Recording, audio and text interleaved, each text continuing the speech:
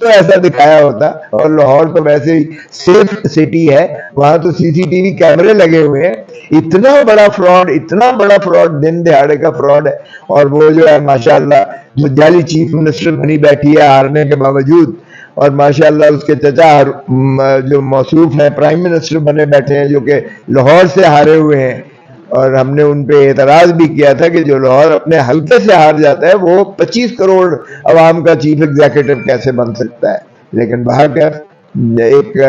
جبر ہے de facto, وہ مارشل لاء کے جس طرح ہم ڈی فیکٹو کہا کرتے تھے کہ جی یہ مشرف ڈی فیکٹو ہے, ضیاء الحق ڈی فیکٹو ہے, ڈی جورے تو ان کا حیثیت ہی نہیں تھی. اب بھی گروپ بیٹھے ہیں جو اسمبلی میں بیٹھے ہوئے ہیں, پارلیمان میں بیٹھے ہوئے ہیں, جنہوں نے بندر بانٹ کر کے سارے پاکستان کے عہدے لے لیے ہیں. تو ایسی صورت میں اور پھر جو ہمارے ہیں اب ایک اور مذاق بنایا ہوا ہے. پہلے ہم سے جو ہے اسپیشل سیٹیں لے لی.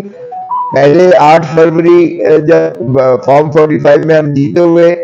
100 بندے ہمارے جو ہے 9 فروری کو 100 بندے ہمارے فارم 47 کے ذریعے جیتوں کو ہرا دیا اور ہاروں کو جتا دیا. پھر ہم سے جو ہے مخصوص نشستیں چھین لی گئی. پھر ہمارے جو ہے چیئرمین عمران خان کو 2 ہفتے کے لیے مزید مکمل مقید کر دیا گیا تاکہ کوئی کنسلٹیشن مزید نہ ہو سکے. یہ جو سینٹ کے الیکشن ہوا چاہتے ہیں. پھر اب ہمارے جو الیکٹڈ ہیں ان کے خلاف درخواستیں لے کر ری کاؤنٹنگ کا ایک فراڈ کیا ہوا ہے اور ہمارے مارجنلائز کرنے کی کوشش کی گئی ہے. اور جہاں بھی آج میں ایک کیس کر کے آیا NA81 کا, NA81 میں جو شخص جیتا ہوا ہے 8,000 ووٹوں سے, ری کاؤنٹنگ میں پہلے 7,000 ووٹ جو ہے وہ ریجیکٹ ہوئے تھے. اب ری کاؤنٹنگ میں 10,000 ووٹ اور ریجیکٹ کر کے ڈبل اسٹیمپنگ کرتے ہیں اور اس کو جو ہے جیتے ہوئے کو پھر 3,000 سے ہرا دیا گیا. 7,000 کا وہ ڈیفیسٹ 8,000 کا اور 10,000 اور اس میں ریجیکٹڈ ووٹ تھے. وہ پتہ ہی ہے کون ریجیکٹڈ ووٹ کو کاؤنٹ کرنے دیتا ہے. وہاں سارے آپ کے پولنگ ایجنٹس بڑے مستعدی سے بیٹھے ہوتے ہیں, ایک نہیں ہوتا, ساری سیاسی جماعتوں کے ہوتے ہیں. تو یہ ری کاؤنٹنگ میں جو اس طرح سے ڈبل سٹیمپنگ ٹھپے مار کے کیے جاتے ہیں, یہ سارا فراڈ ہے اور یہ صرف اور صرف پی ٹی آئی کے امیدواروں کے خلاف ہی کیا جا رہا ہے. تو ایسی سفوکیشن میں, ایسی سپریشن میں میں سمجھتا ہوں چودھری اشتیاق کا آنا جو ہے یہ واقعی جہاد کرنے کے مترادف ہے.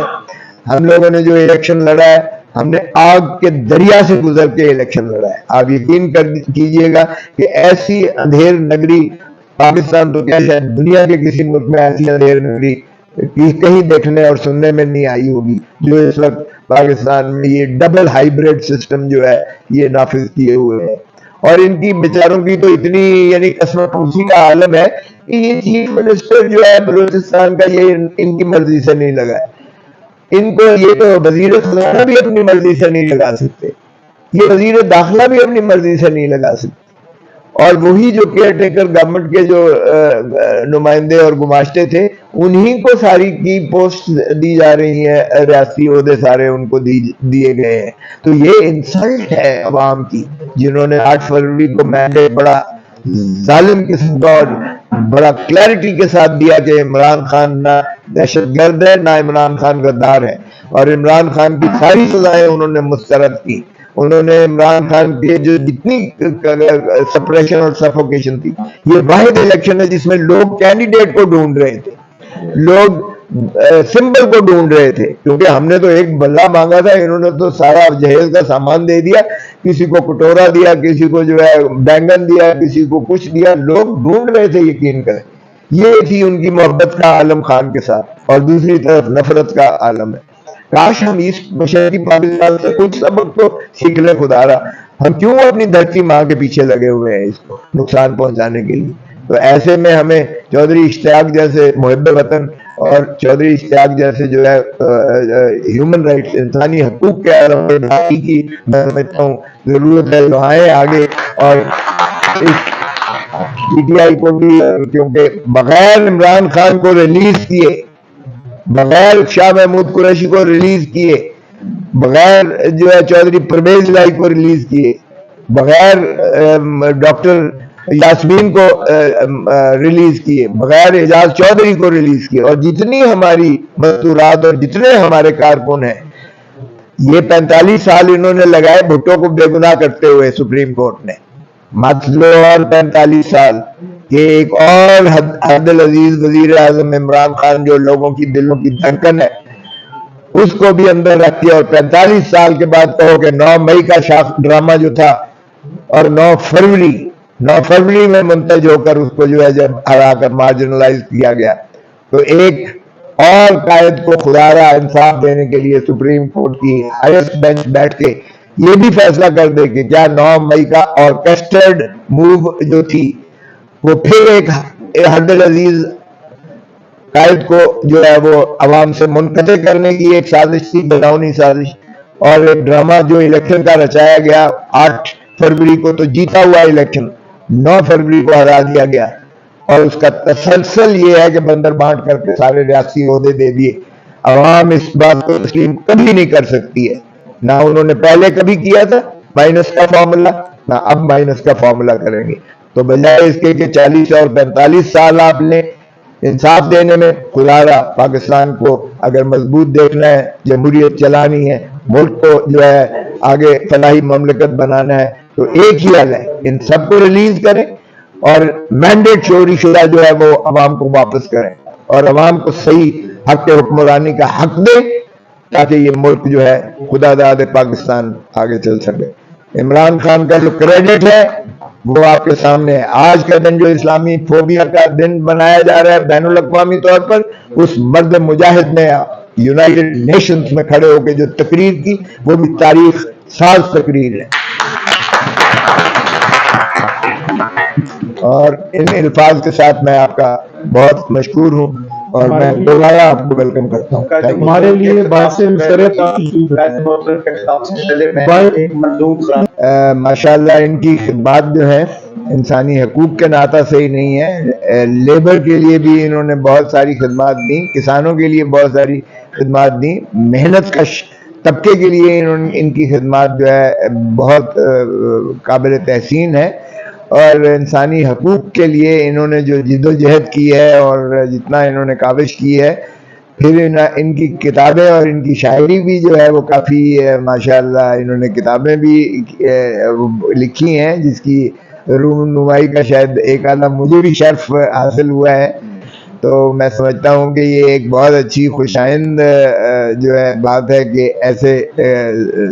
لوگ جو جذبہ خدمت سے سرشار ہیں اور جن کی ساری زندگی جو ہے ایک کشمکش اور ایک جد و جہد میں گزری ہے، اور جو انسانی حقوق کے علمبردار بھی ہیں، وہ پاکستان تحریک انصاف میں انہوں نے شامل ہو کر میں سمجھتا ہوں کہ یہ اس کاز کو اور آگے زیادہ پروموٹ کیا ہے، اور جو حالیہ واقعات ہیں آپ کے سامنے ہیں، یہ بدقسمتی ہے کہ پاکستان کو سرزمین بے آئین بنا دیا گیا ہے، یہاں ایک ایسا ڈبل قسم کا ہائیبرڈ سسٹم کو نافذ اور جاری و ساری کر دیا گیا ہے کہ تمام انسانی حقوق کی قدریں جو ہیں وہ پامال کر دی گئی ہیں، اور جو آئینی تحفظات بنیادی حقوق سے عوام اس سے بھی جو ہے ان کو محروم کر دیا گیا ہے۔ ہماری 10 مارچ کی یعنی اتوار یہ جو ابھی گزرا ہے اس دن کی ہماری پرامن تحریک جو ہم نے مینڈیٹ چوری کے خلاف جو تحریک جس کا ہمارے چیئرمین عمران خان صاحب نے اعلان کیا تھا، ہم سارے پاکستان میں نکلا، اور لیکن لاہور میں جو جبر اور تشدد کیا گیا وہ سب آپ کے سامنے ہے۔ ایف آئی آر درج کی گئی، مجھے اور سلمان اکرم راجہ کو گرفتار کر لیا گیا، حالانکہ بڑا واضح ہے 130 کا rules of practice and procedure rules